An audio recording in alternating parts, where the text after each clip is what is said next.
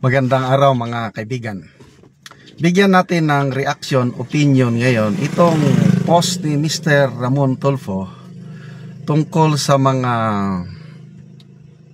pinaghihinalaan na mga destabilizers.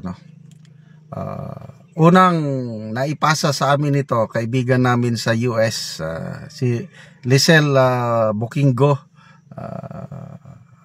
Kumusta kayo dyan, Lisel? And then sumunod yung anak kong nurse sa Amerika. Sabi niya, "Daddy, nakita mo na ba ito?" Then marami pang iba nagpadala. Yung classmate ko ng college, si Miss Edith Babawin, "Johnny, is it true na destabilizer ka daw sa gobyerno?" Mga ganon. Basahin ko lang muna ito viral naman ito. Basahin ko lang, then magbigay ako ng comment. Here's an insider list of people the government is watching that are behind the reported current destabilization. Romeo Poques, ito Major General Romeo Poques, yung leader ng United People's Movement, yung nagrarally ngayon. Orly De Leon, yan si Brigadier General Orlando De Leon ng Philippine Marines.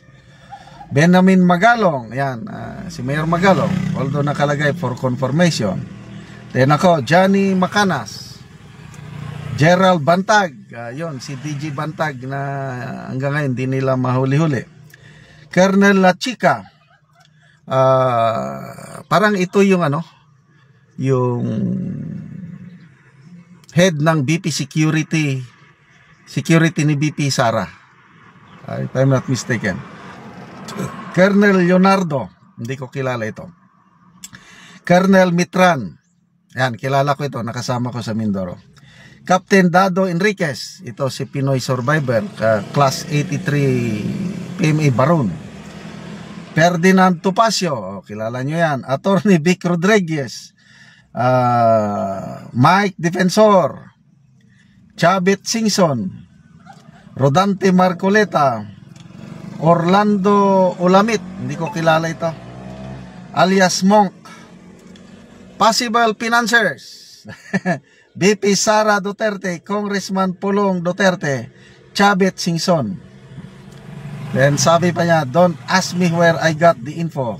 I won't tell kahit napitpitin nyo ang bayag ko." Okay. Yung classmate ko ng college, si Edith, na concern siya, totoo ba na you are destabilizing our president? Sabi ko, that's not true. But I criticize, there's rampant corruption in government now and I criticize it.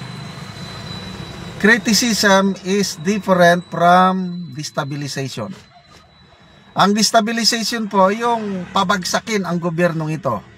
I never called for any action na magpabagsak. Ang palagi kong panawagan, magreklamo tayo, peaceful protest. Ayoko yung nangyari sa Indonesia, ayoko yung nangyari sa Nepal. Any form of violence, it will not help. Pati yung kudita na yan, sinasabi ko, ayoko ng kudita dahil naranasan ko na sumama ako sa bloodiest kudita noong 1989, December of 1989. That was the bloodiest. At anong nangyari? Wala. Ang daming nakulong na sundalo, daming na-discharge. Mabuti nga, hindi ako nakulong. Kailang mga kasamaan ko nakulong. Ang aming mga enlisted personnel na-discharge. I never called for any move that would destabilize this government. Sinasabi ko na pag bumagsak ang ekonomiya natin dahil sa korupsyon, ang magiging kawawa ay ang taong bayan, yung nasa laylayan. Kaya sana, sinasabi ko palagi na ang administrasyong ito magawan pa ng paraan ma-resolve yung confidence ng business community, lalo ng foreign investors, may balik ang tiwala ng mga negosyante. I want this government to succeed hanggang 2028 kasi ang makikinabang kung mag-succeed itong gobyernong ito, ang taong bayan. Oh, sinasabi ko, ako, pro Duterte ako. Hindi ko tinatago niyan. But, hindi ako binabayaran ng mga Dutertes. Organic, taus-puso ang pagsuporta ko sa Duterte. Kasi nakita ko yung good governance sa Davao. Nakita ko ang good governance ng Tatay Digong natin noon. Na-experience ko. May farm kami sa paanan ng bundok ng Bukidnon, yung Mount Kitanglad. For a long time, walang kalsada. Sinong presidente ang nagkaroon ng taos-pusong pagsilbi na nagpakalsada papunta sa aming farm? Si Tatay Digong. Oh. Sinong nagpatahimik sa Pilipinas, lalo na itong insurgency, NTF-ELCAC? Si Tatay Digong. Kaya nakita ko, good governance. So, anong nangyari sa bansa? Umaalis ang mga investors. Sa Davao, baliktad. Nagdagsa ng mga investors. That's good governance. So, ang panawagan ko, good governance. Nagkataon ngayon, dahil talamak ang korupsyon, there is bad governance. Yan ang krinikriticize ko. Do something. Improve your leadership para maagapan ang pagbagsak ng ekonomiya. Kasi kung hindi, kawawa ang taong bayan. And to me, that's not destabilization. So, sige, bantayan nyo kami. Anong problema? I believe I am still within my the parameters of freedom of speech. I love this country. I served this country for 34 years. At ayokong mapahamak ang bansang Pilipinas.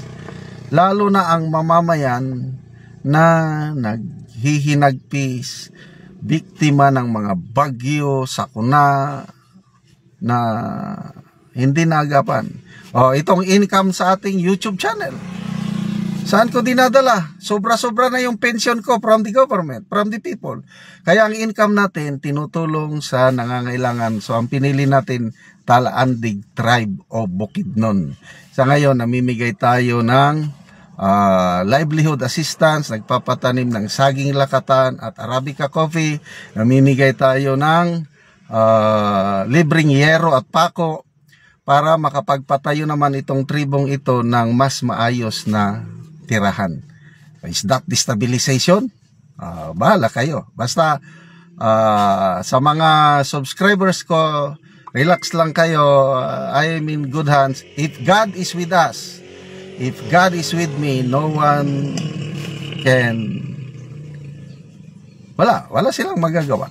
Okay, salamat mga kaibigan sa inyong pagsubaybay sa ating channel. Nakakatulong kayo ng malaki sa tribong Talandig. Kaya ituloy nyo lang ang inyong kan. Panoorin nyo ang video na ito, pagbibigay natin ng libreng yero at pako sa mga tribo. O karon mo na niyang matagaan og yero. Salamat daytan nabang mo gobyerno. Takura say. Oh, nagpasalamat si nanay nga matagaan og yero.